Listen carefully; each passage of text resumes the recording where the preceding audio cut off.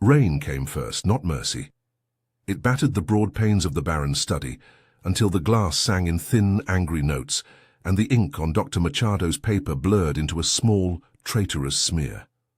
The letter itself, folded and refolded, lay between the Baron's fingers while his servants, practiced at the rituals of his life, placed a new goblet of wine on the table, as if wine could steady what the doctor had named. He read the words aloud anyway, because some confessions require an audience, and because shame grows heavier when you say it into a room. Irreversible sterility, he said, the syllables precise as a verdict. The rain answered at the eaves. Far below, the coffee trees bowed their dark leaves like an obedient congregation. The house had always been built on clear accounts: land, labor, line. The Baron measured the world in rows of trees and in heirs who would one day sit in the high-backed chairs of the dining room and inherit the signatures, the ledger entries, the right to give orders. His pride was a thing he could polish like silver. His name sat in carved letters above the doorway, unanswerable. Now a paper with the physician's seal had split that surface. He pushed the letter aside and finished the wine. He loved the shape of his power as other men loved hunting dogs, because it moved under command, because it returned obedience. The thought that it might end, no son advancing the line, no blood to tie the next branch to his, felt less like a private fear than a public wound. Property without succession decays, the ledger can be closed, debts called in, reputations eroded. "Bring her to me," he said, and the rain seemed to listen. Cecilia learned of it only by the way the household shifted around her. Not with the bluntness of words at first, but with the small climatic changes that make up a life. A chair removed from the corner where she used to sit. An afternoon lesson cancelled. The Baron's footsteps grown regular and distant without being harsh. When Dr. Machado came to her bed with his gentler kind of pity and the same clean, dull notes in his voice she already suspected, he offered her the medical phrase with the professional detachment of one who records illness as a map. "It is not your failing," he told her. "There are men, some with anatomical absence, some with disease, who do not produce. There are solutions if the household consents." She had married into the house as marriages were made in that world, alliances of land and name. There had been a season, a tenderness that could be mistaken for hope, and then the taut routines of such homes. Dinners judged by cutlery, guests ranked like birds on a wire. She had learned to fold herself into the expectations they offered her, the careful laughter, the languid grief at funerals, the linen that took up the better part of her time. But there was an unheated centre, a private hollow that even her best gowns could never fill. Children might have filled it. The absence of that life had become a place she walked around like a room with the curtains drawn. When the Baron told her plainly, because some men cannot bear the ambiguity of silence, she felt first a vanity wounded, and then the queasy, intimate sense of being measured like an estate. "It is only to get pregnant," he said, his voice the same neutral authority he used to sign contracts. He framed the solution as a fact of stewardship. He did not speak of her as a woman, but as a vessel that the ledger required. The house remembers humiliations. Josefa remembered them too in the small loyal way the elder housemaids remember everything. She was older than the Baron's impatience, and had had the house's seasons marked on the palms of her hands. When Cecilia turned to her, eyes raw with the knowledge that her body would be brokered, Josefa fed her tea and spoke the way those who have survived speak, not with platitudes, but with the clear, painful truth. "You are not a jar to be given away," Josefa whispered into the steam. "But we are not free to bargain with our men's moods. There is only one law in this room."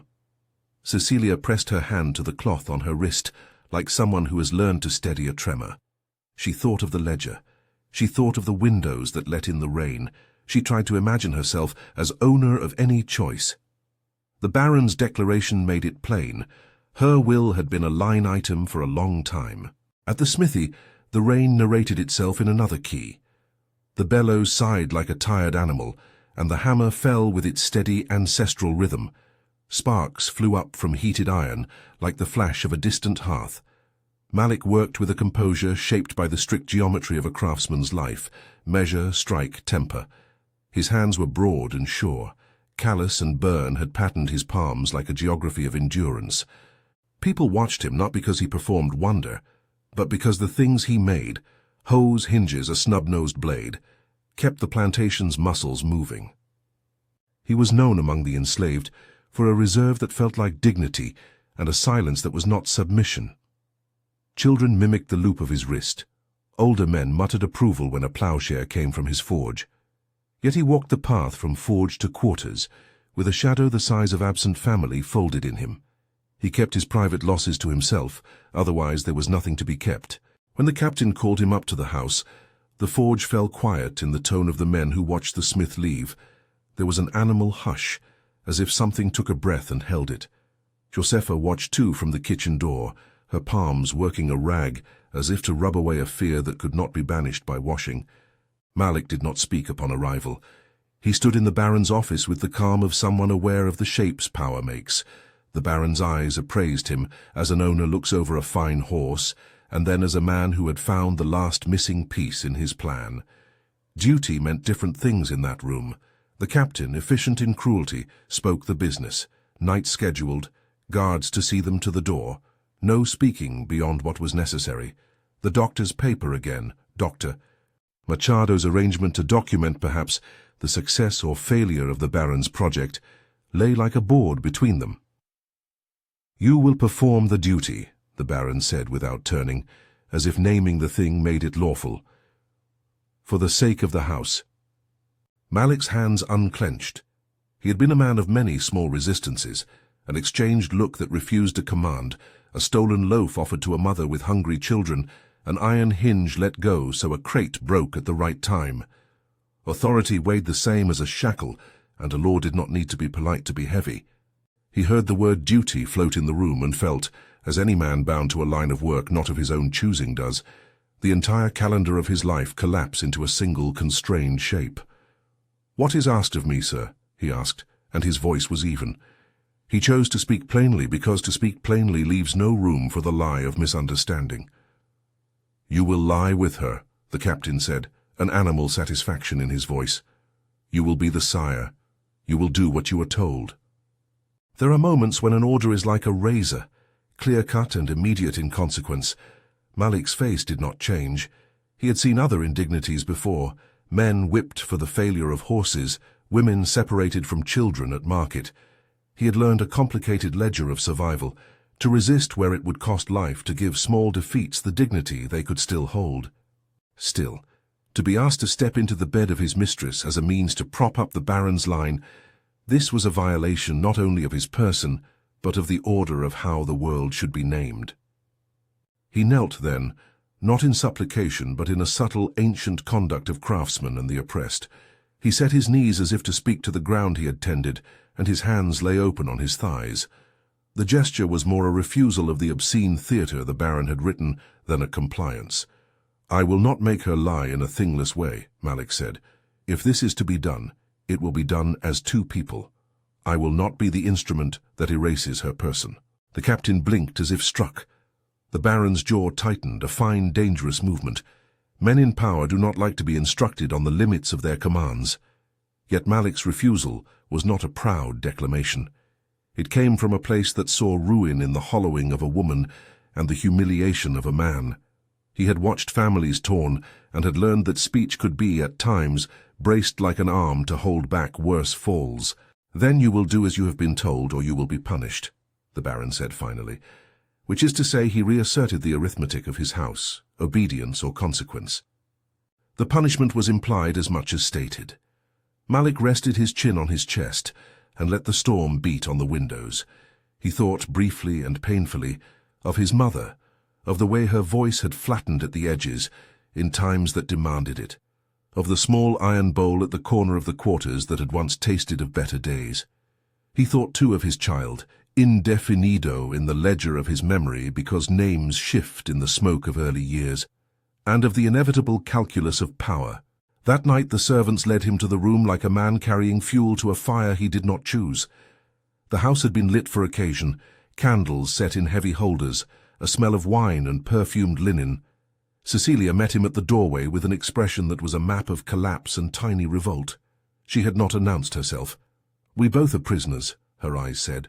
She knew there could be no consent here, But the particular human requirement of not being treated as absence, this had not been in the Baron's neat arrangements. They did not speak at first.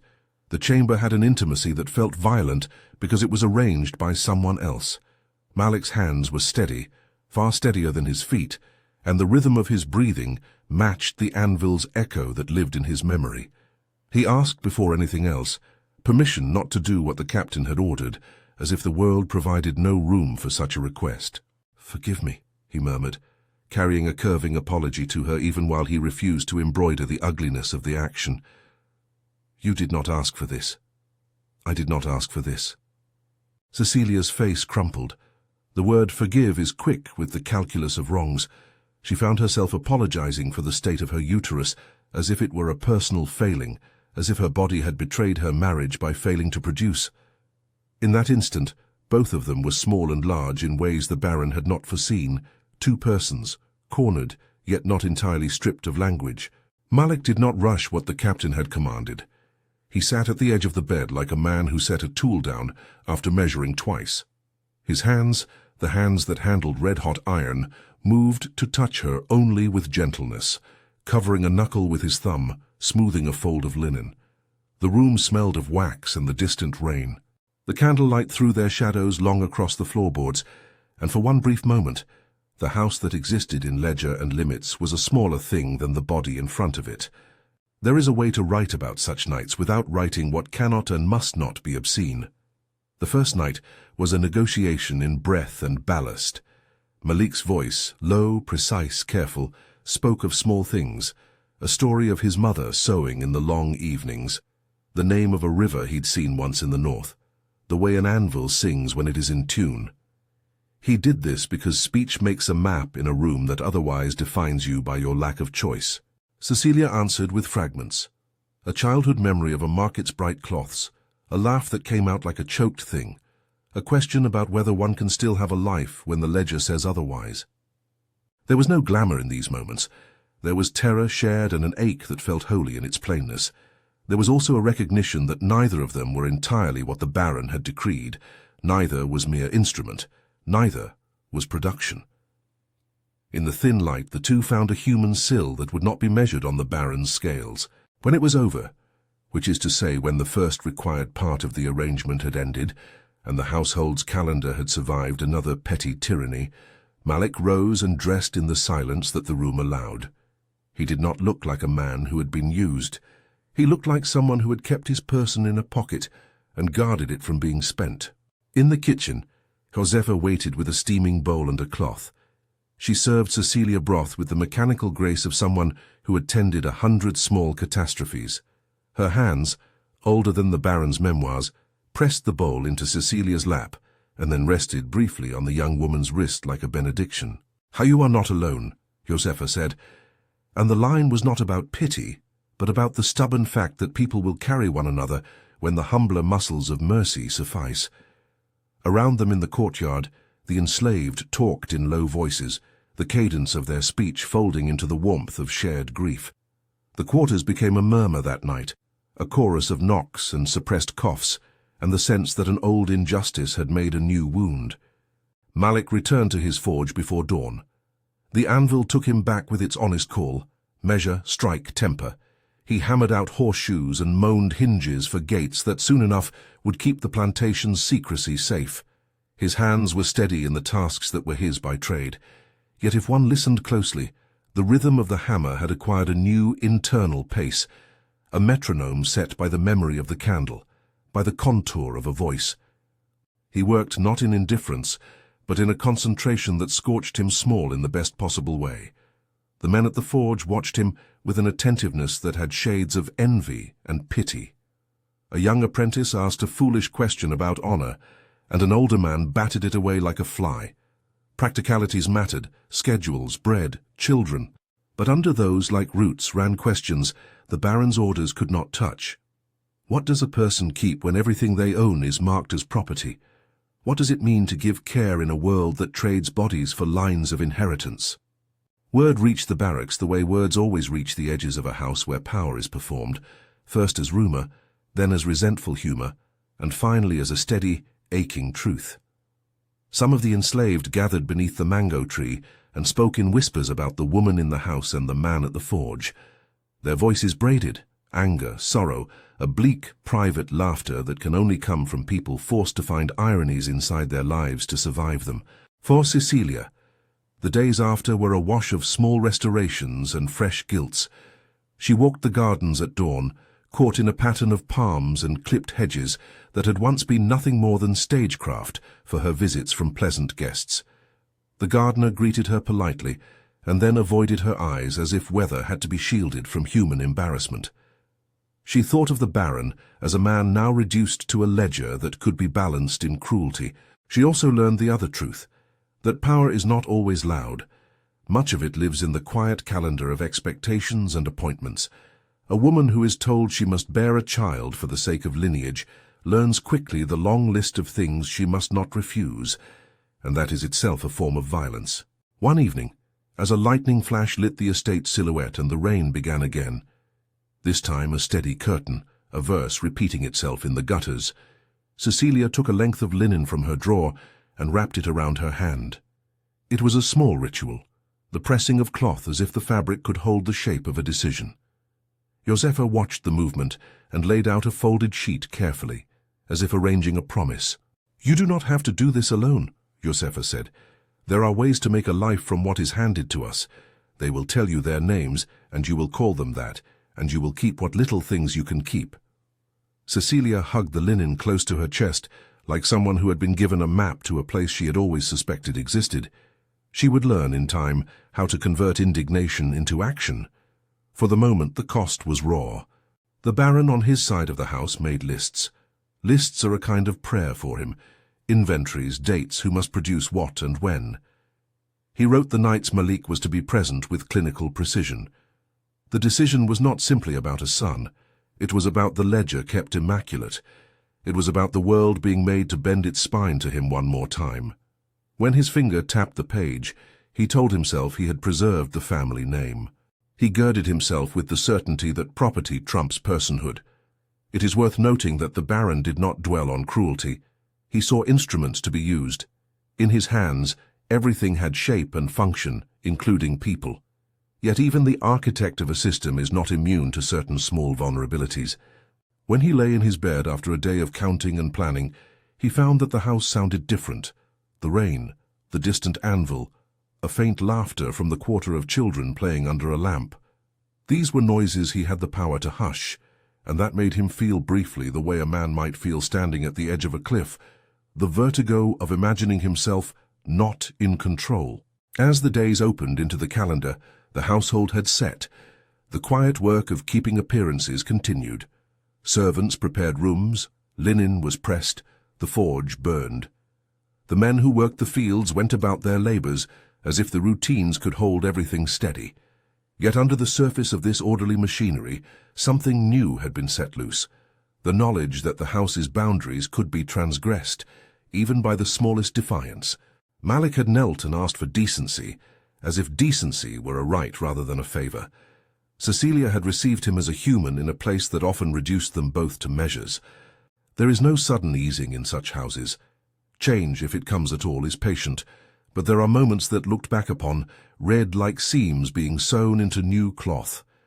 The first night was one of those seams. It did not erase the ledger. It did not cancel the weight of everything that followed. But it made a small line of human recognition between two people who had been given roles and found, against the grain of design, themselves. Stay with this one. What happens next is not what either the Baron or the pages of his books would predict. After that first night, the schedule continued. Malik returned to the forge by daylight and to the house under the night's heavy stars. The arrangement asked of him a kind of repeated erasure, to present himself in a way that could be logged, to keep his face steady while the household turned toward an imagined future. He went about it with the same care he used when tempering iron: take away heat, let the metal rest, oil the surface. The rituals of his craft gave him a language for survival. The enslaved community, for its part, responded with a mixture of anger and an almost practical realism. They had seen worse and had made sense of suffering by turning it into stories that could be shared and hence survived. At dusk under the mango, An old man named Bento, his voice cracked but his humor undimmed, spoke of the Baron as one would speak of a bad harvest, inevitable, yet not to be spoken of in too loud a voice for fear it drew the wrong ears. "They take the fruit and leave no seed for the tree," Bento said, "but the tree remembers its soil." There was a bitter humor in it, and a stubborn metaphor that comforted them. Malik, when he could, listened. He did not speak of his nights with Cecilia prosaically. There is a code among people who must move like ghosts in their own lives.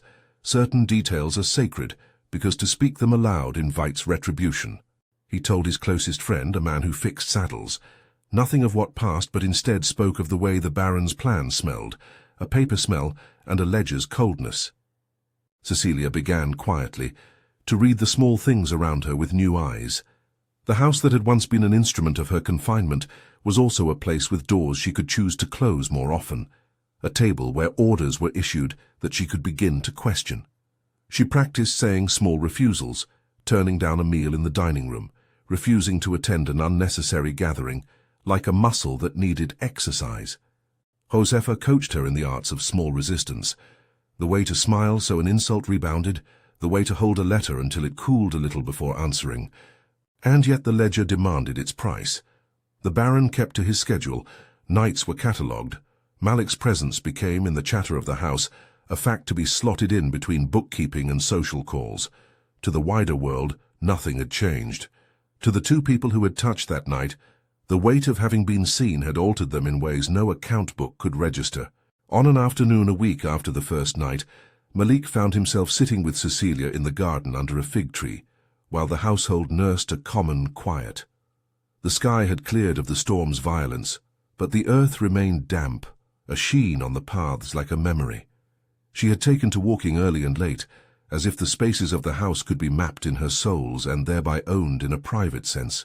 They spoke then not of the ledger nor of the Baron's design, but of small things. The shape of the moon, the taste of sugar fresh from the cane, a childhood lullaby each could recall in fragments. In those stolen hours they were not mistress and tool, but two people learning to call small kindnesses by their name. Malik told her how he liked the sound a newly forged hinge makes when it settles, an honest, reliable creak. Cecilia told him of a dress she had once owned that had a pocket where she kept a pressed flower and a faded ticket from a market dance. They traded objects of memory, as if by bartering with small treasures they could keep some private realm out of the Baron's reach. It is dangerous to say love in the early stages of such strange symmetries. The word flattens the complexity into a single color. What happened between them in those days was not a sudden blooming, but a narrow, careful coalescing, respect, shared laughter, an intimacy born of mutual recognition rather than the erasure of either person. That the beginnings of tenderness could grow under coercion is a fact of human life that must be named carefully. It does not excuse the original crime of the Baron's design. It narrates how dignity can survive even when institutions insist on coercion. At night, when Malik returned to his quarters, his palms smelled of oil and wax, and sometimes faintly of the lavender the Baron kept in a casket for his wife. He would take off his shirt in the humble privacy of the room and run his hands over his chest as if to feel what was left of his own border. He would lie awake and think of his mother and of the small forged plaque he had once promised himself he would make, indefinido, a wish for a future he rarely allowed himself to envision. The household, meanwhile, continued to breathe with the inertia of the old order. Dr. Machado wrote his notes, and the captain made his rounds. The Baron's ledger was tidy, yet in the quarters the people sang, low and crooked, old songs braided with new sorrow. Their music was a secret mathematics that kept memory alive. In the kitchen, Josefa folded cloth and watched the door as if waiting on a law of her own to be enacted. She was older than fear, and had learned to translate anger into cunning, and cunning into survival. A week became 2. The arrangement pressed against the house like a small, steady tide. Cecilia found herself less often in the public rooms, and more often in the private chambers where she could wear the small rebellions she practiced like winters. She started to sign her letters with a flourish that made the Baron look momentarily up from his lists with annoyance. He owned the house, but not always the meaning of the shapes people made. Malik, for his part, kept to his craft. He forged a hinge for the study that was as elegant as any the Baron had commissioned. In the evening he would polish it and slip it to an apprentice as a lesson on the pride of a finished thing. In private he thought of the nights and of the way Cecilia's hands lay quiet like leaves. He had both anger and a strange protective tenderness. He wondered, as men in his position often wonder, what it meant to build something for a household that had never intended to include you in its ledger. The rain returned, as rains do, and with it a kind of urgency. The Baron, who had been patient in his ownership, began to show impatience in other directions. The need for an heir is an acidic thing. It eats away at the edges of a man's composure. He visited the study with more frequency. He asked questions of the doctor that were less clinical and more like prayers. "When?" he would say. "When will the ledger have a name to carry it forward?" Dr. Machado, who had always been practiced in soothing the vanity of such men, offered no miracle. "We will see," he said. "Nature will tell us in time." And so the house kept its hours. The anvil sang, the rain threaded the eaves, and two people whose lives had been given to the accounting of others learned to make small islands of mutual care. The first seam had been sown. There would be more work to do. The ledger was not yet altered. The Baron had not even been compromised.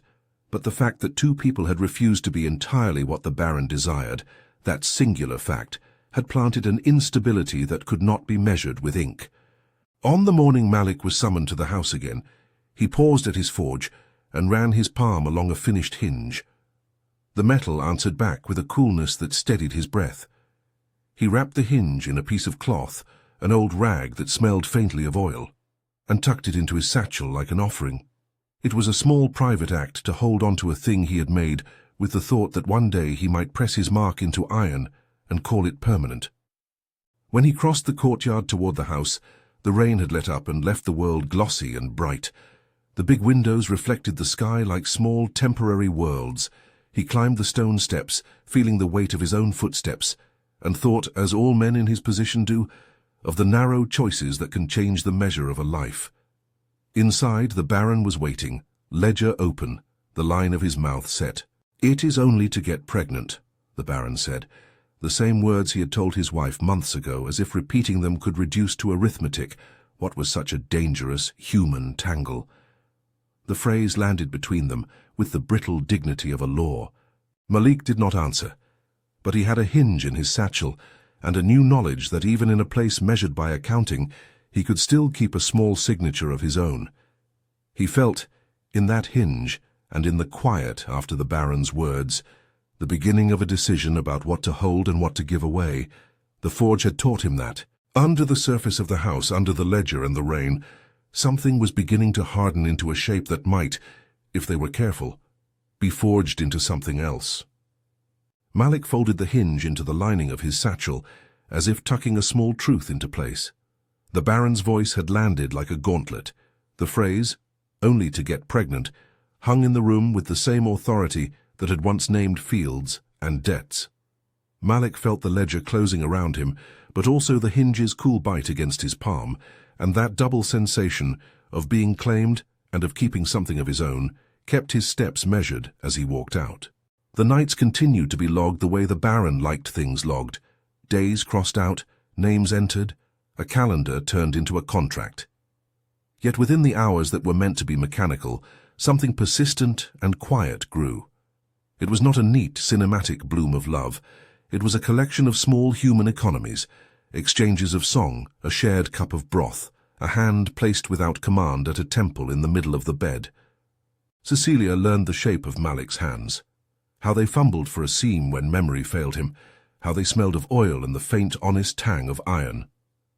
Malik learned the way Cecilia's laugh sometimes came out like a sob, how her fingers worried at a ring she had stopped wearing, how the tilt of her head could be a map of exhaustion.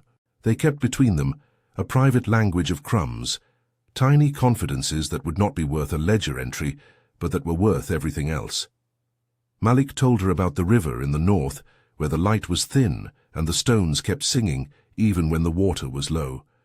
Cecilia gave him the name of a small twin in a prayer book she had kept hidden, names for saints she felt she did not deserve to invoke. Once, when she feared she was being observed, she slipped a bit of cloth across the hinge he had left in the study, and under that cloth, on a scrap of paper, wrote a simple word: "Thank you."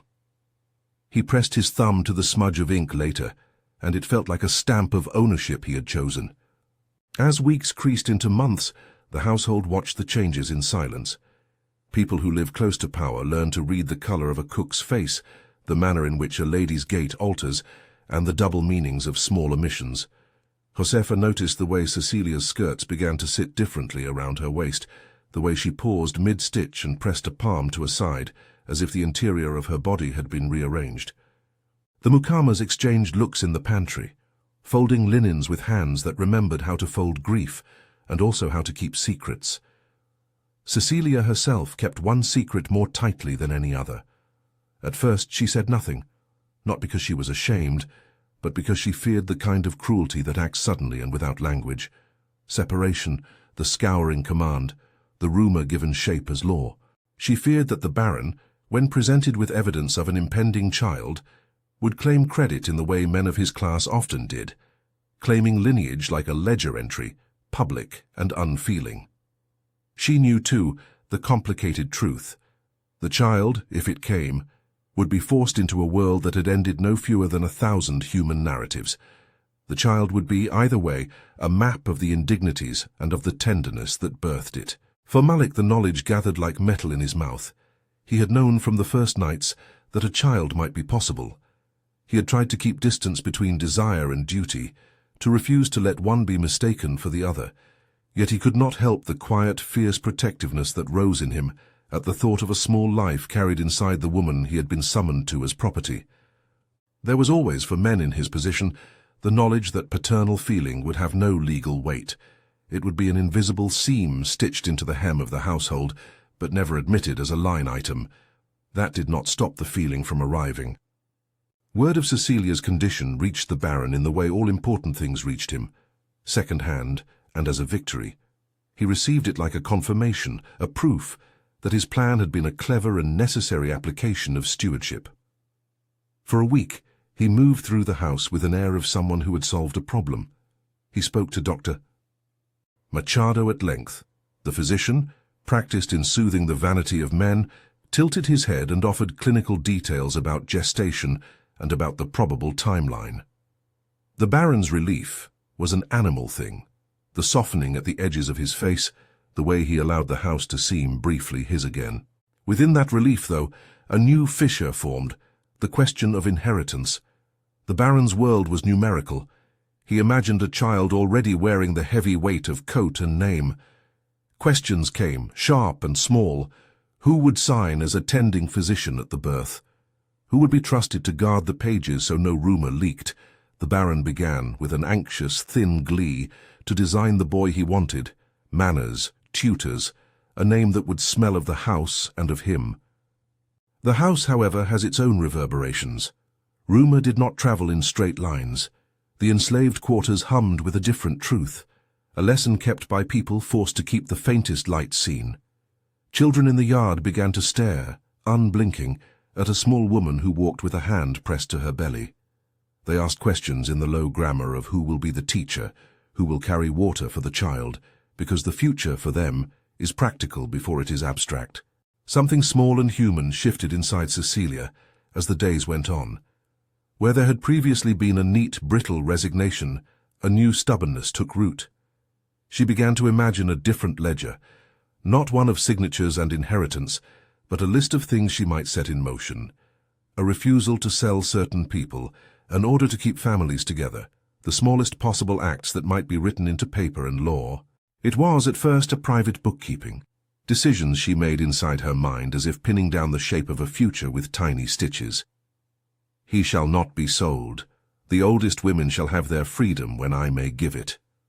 She spoke these things aloud only to Josefa, who nodded and pressed her hand like a covenant. But fear has a focus. The Baron grew uneasy. What began as triumph curdled into suspicion. He had not reckoned with the stubborn human signatures that appeared on Cecilia's face, the softening at her jaw, the way her chest rose with anticipation rather than with defeat. His ownership could be neat on paper, but flesh refuses tidy accounting. He began to watch Malik with a sharper eye, to visit the forge under the pretense of inspecting ironwork, to question the captain about schedules with an edge that made the captain's skin crawl. Then, in a moment as violent as rain, he made a decision that split the household into different futures. He ordered Malik reassigned to a distant outpost, an annex of the estate, carved out near the northern hills, where the work was heavier and the circle of the house's eye narrower. The order was given with the brisk efficiency the Baron favored. A note written, a man summoned, the captain carrying out the command with the dutiful cruelty of an automaton. Malik was told simply that his services would be needed at the north property for a season. Repairs to the sugar presses, reinforcement of a bridge. It was the sort of work a blacksmith could not refuse. Essential labor disguised as punishment. The men who carried the news felt it was a cleansing of the Baron's logic. The enslaved people felt, with their seasoned hearts, the coldness of an attempt to excise a line from the book of what was happening. When Malik received the order, he made no spectacle. He walked to his quarters that night and packed a small bag, a shirt, a pair of worn tools, the hinge wrapped carefully in its cloth. He stood at his forge and ran his hand along the fresh horseshoes as if to memorize the curve. The anvil's song was steady, and he let it speak to him of the patience of metal. He thought of Cecilia, of the small thank-you smudge she had left, and he felt a strange, fiercer thing that was not simply anger, a desire to choose what kind of life to lead in the intervals power offered him. Cecilia felt the exile like a physical blow. The house seemed colder for his absence, the rooms improbably larger. She found herself at odd hours wandering the corridors, as if searching for a voice that had stepped out of the map of her day. Her condition, which had been a quiet bloom, faltered. She grew pale, appetite slipping. She slept clumsy hours and woke with panic, as if the absence might be a theft. The servants around her spoke softly, the way people circle a fevered patient. Josefa's hands were sure and constant, pressing broths into her palms, arranging pillows. The enslaved community watched this with a mixture of anger and urgent planning.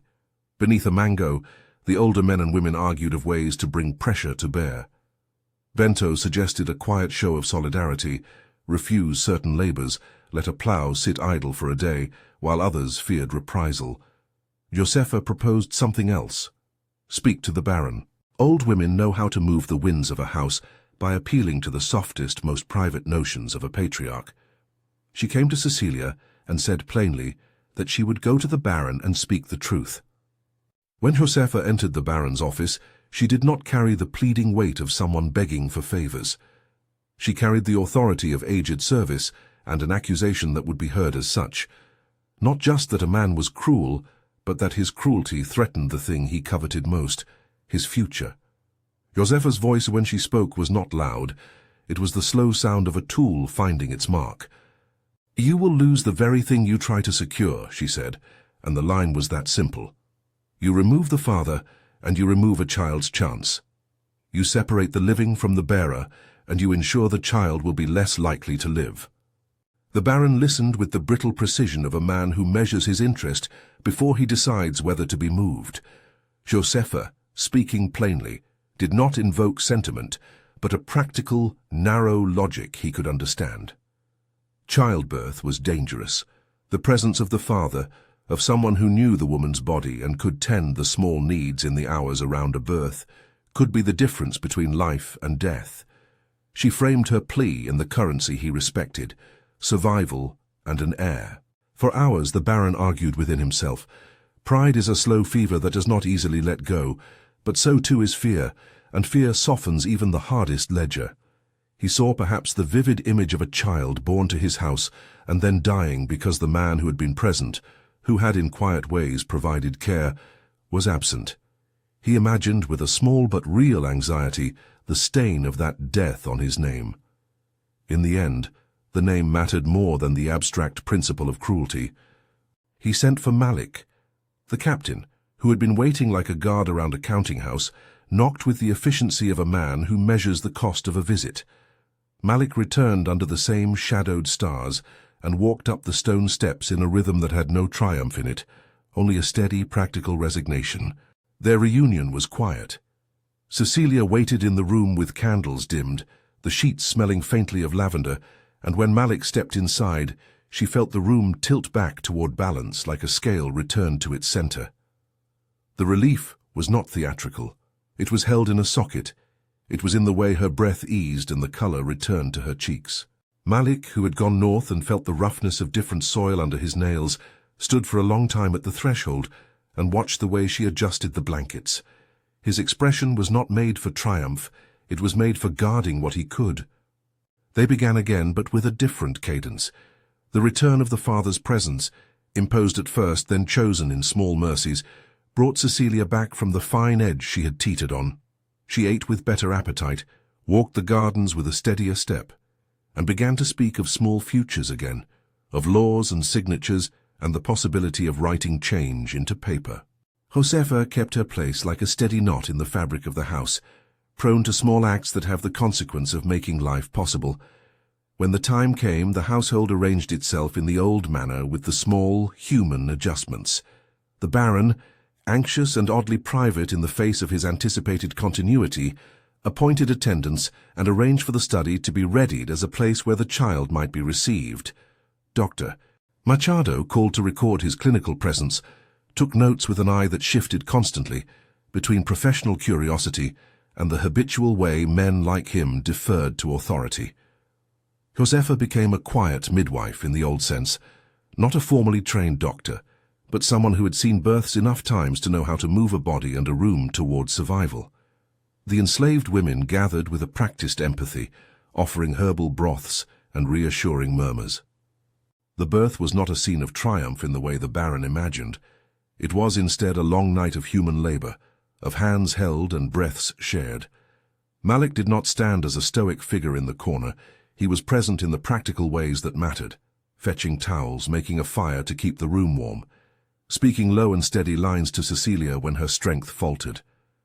Josefa guided and commanded with the authority of someone who knows the human bones of such moments.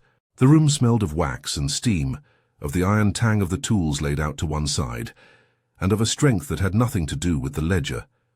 When the child arrived, the house exhaled, as if a long-held thing had been released.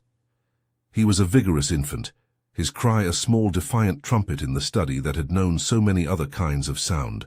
The Baron stood, pale and trembling, and reached out as if to claim the boy with his hands, an odd, half-ashamed gesture that revealed as much fear as triumph. He wanted to make the moment his. He wanted to name the child the way he named deeds in his ledger. No accounting could conceal the truth in the infant's face. The baby's mouth, the shape of his brow, the set of his small, stubborn chin mirrored Malik more than the Baron. In the household's slow, honest inventory of faces, those who looked closely saw in the child the line of the forge, the way a blacksmith's brow carries the map of focused work, the small stubbornness that sits beneath a careful gaze. Cecilia, holding the child to her breast, felt a tenderness fierce as any law. She whispered to him names she had kept in a small book, names that were for the heart, not for the world. The Baron's reaction was a creature of contradictions. For a while, he performed the paternal role with a nervous, mechanical devotion, presiding over the child's swaddling, offering a name in the old tradition. Yet privately, in the cavern of the study at night, he sat with an indecipherable face that folded pride and suspicion into the same line. Men of his class think in airs and lines, yet blood in its small stubborn truth insists on not always matching the ledger. The months that followed stitched a new, fragile constancy into the house. The child, Augusto, as the Baron insisted on naming him, and which Cecilia allowed with a small privately offered name of her own in whispered prayers, grew with a vigor that surprised those who had been taught to measure worth by pedigree. He had Malik's steadiness in his small hands, and an old woman's laugh that Josefa found charming. He learned, in the beginnings of his speech, to reach for a small rung of inclusion that the house had not planned for.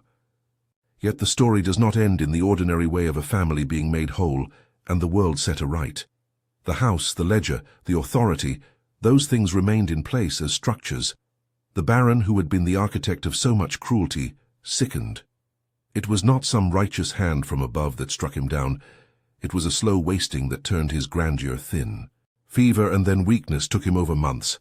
The physicians offered tinctures and advice, and the household moved through its rituals of mourning with the odd efficiency of a well-oiled machine.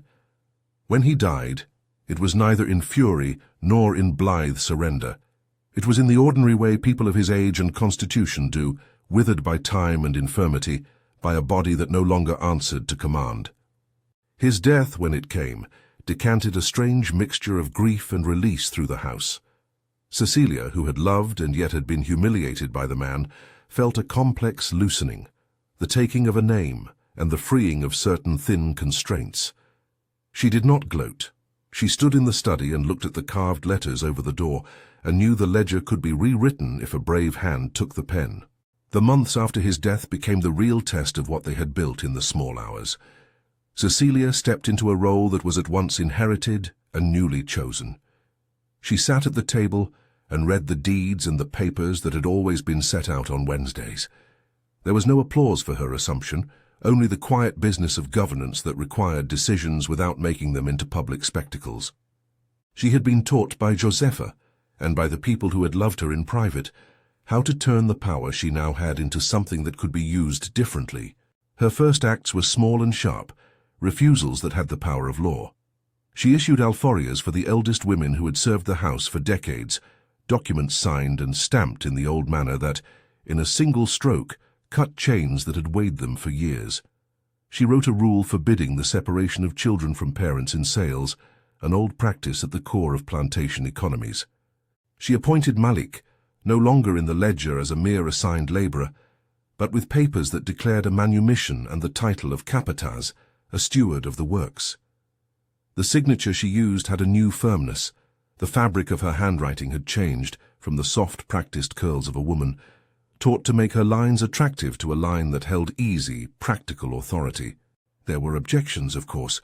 The baron's kin who sniffed at the notion of a woman wielding initiative, the captain who found himself reduced, the neighbouring families whose world was built on sameness. Yet Cecilia had learned, in the lonely hours beneath the rain and among the folds of linen, how to be both gentle and implacable. She had seen too many small, private cruelties to let reputation alone dictate policy.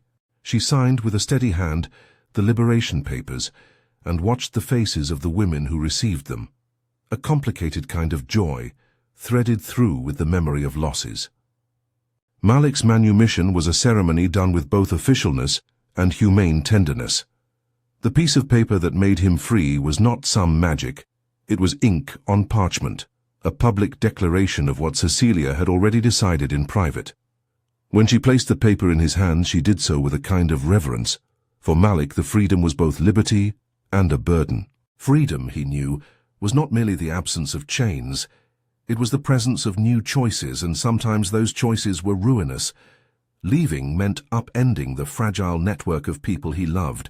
Staying meant living in a house shaped by past cruelties and present loyalties.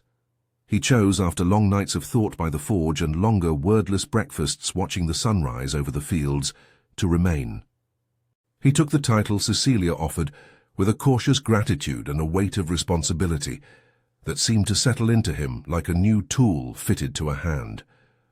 The decision was not an erasure of the past. Malik's manumission did not erase the scars of being property. He had lost family to markets. He had seen children sold. His freedom was a hard-won thing, and he wore it with a humility that remembered the men and women still bound. As capataz, he used his new authority not to mirror cruelty, but to create buffers. He refused to break families in auctions. He set schedules that allowed workers time to tend graves and remembrances, and he insisted on modest yet real improvements in rations and shelter.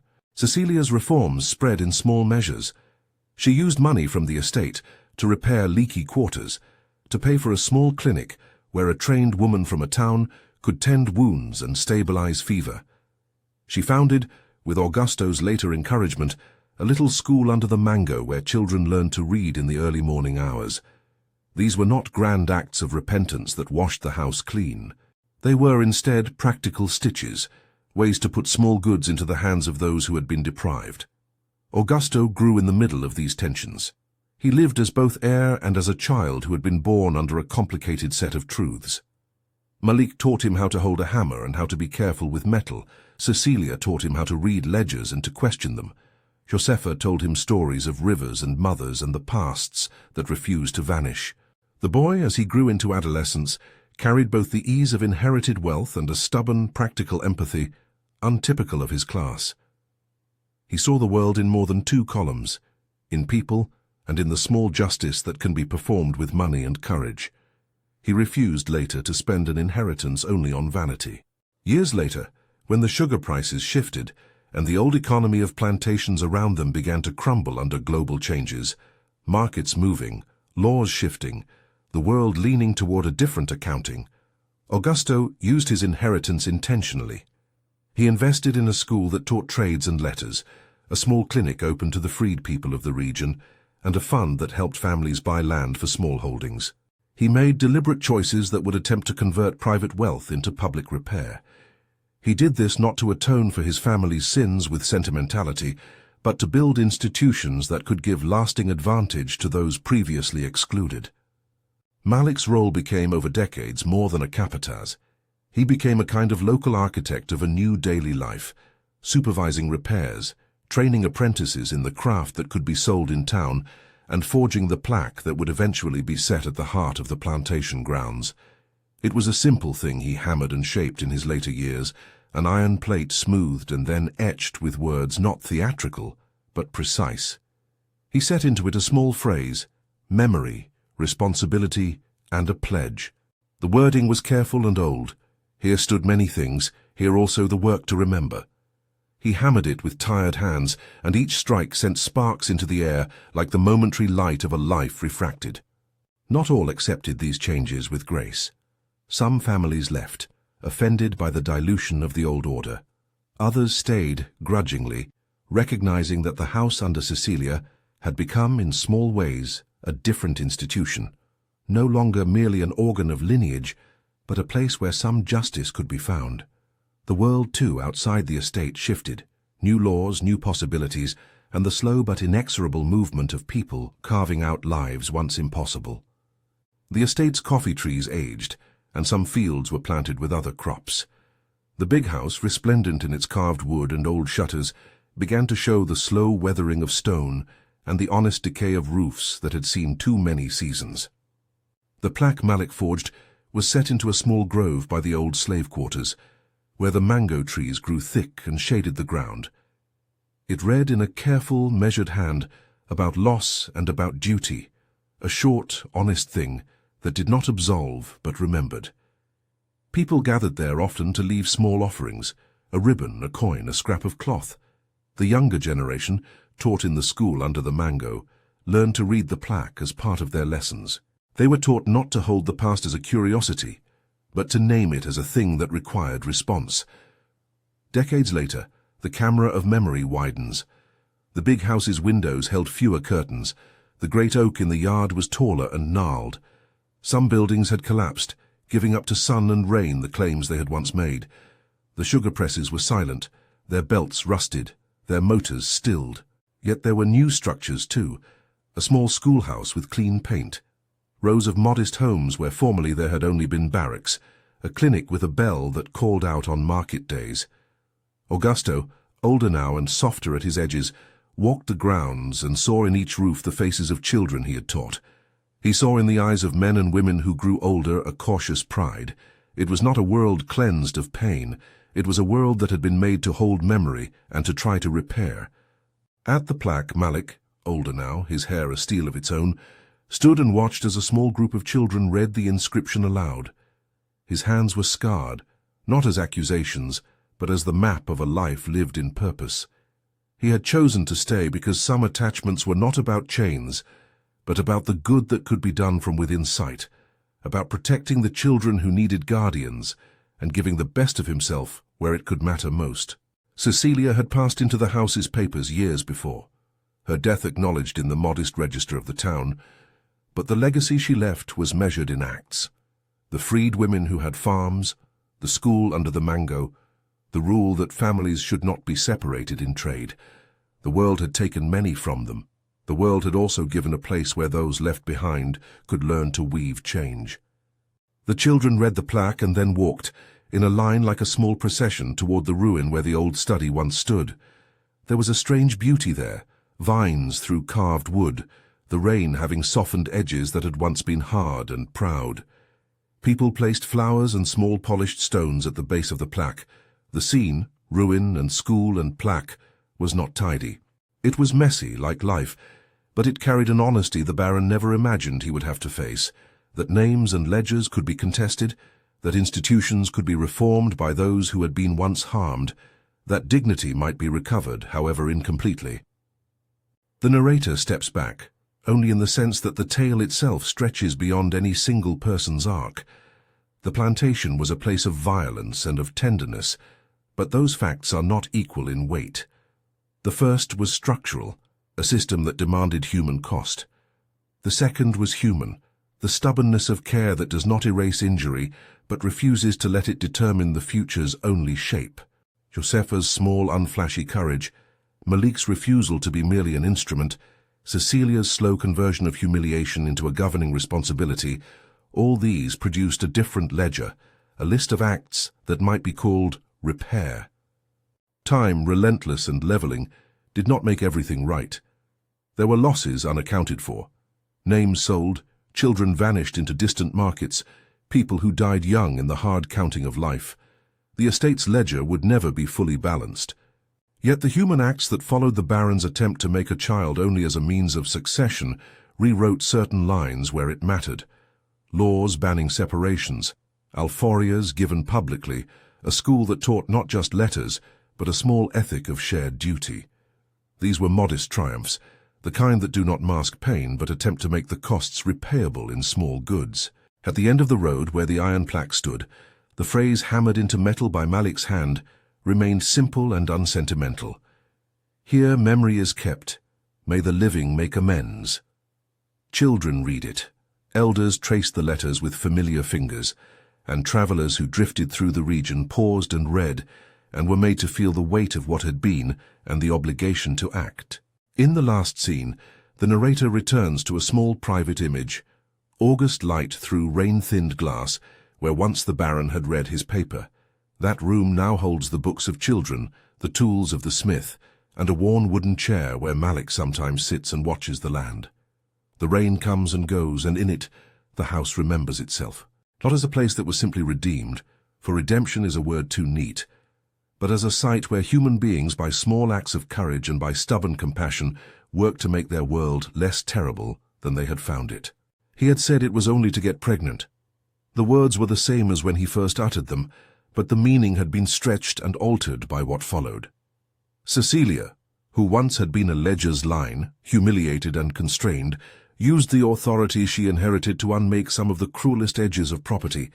Malik, who had been summoned as an instrument, kept his hands and made them tools of repair.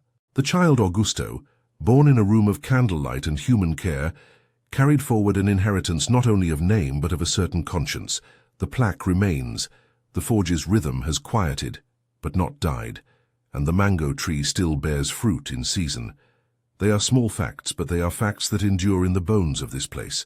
The past is not washed away by rain, it is learned from and tended. Memory lives in iron and in paper, and in the way people teach their children to look at the world. If this story of forbidden beginnings and careful remaking moved you, like and subscribe to, hear more cinematic tales that turn history's shadows into stories of courage and consequence.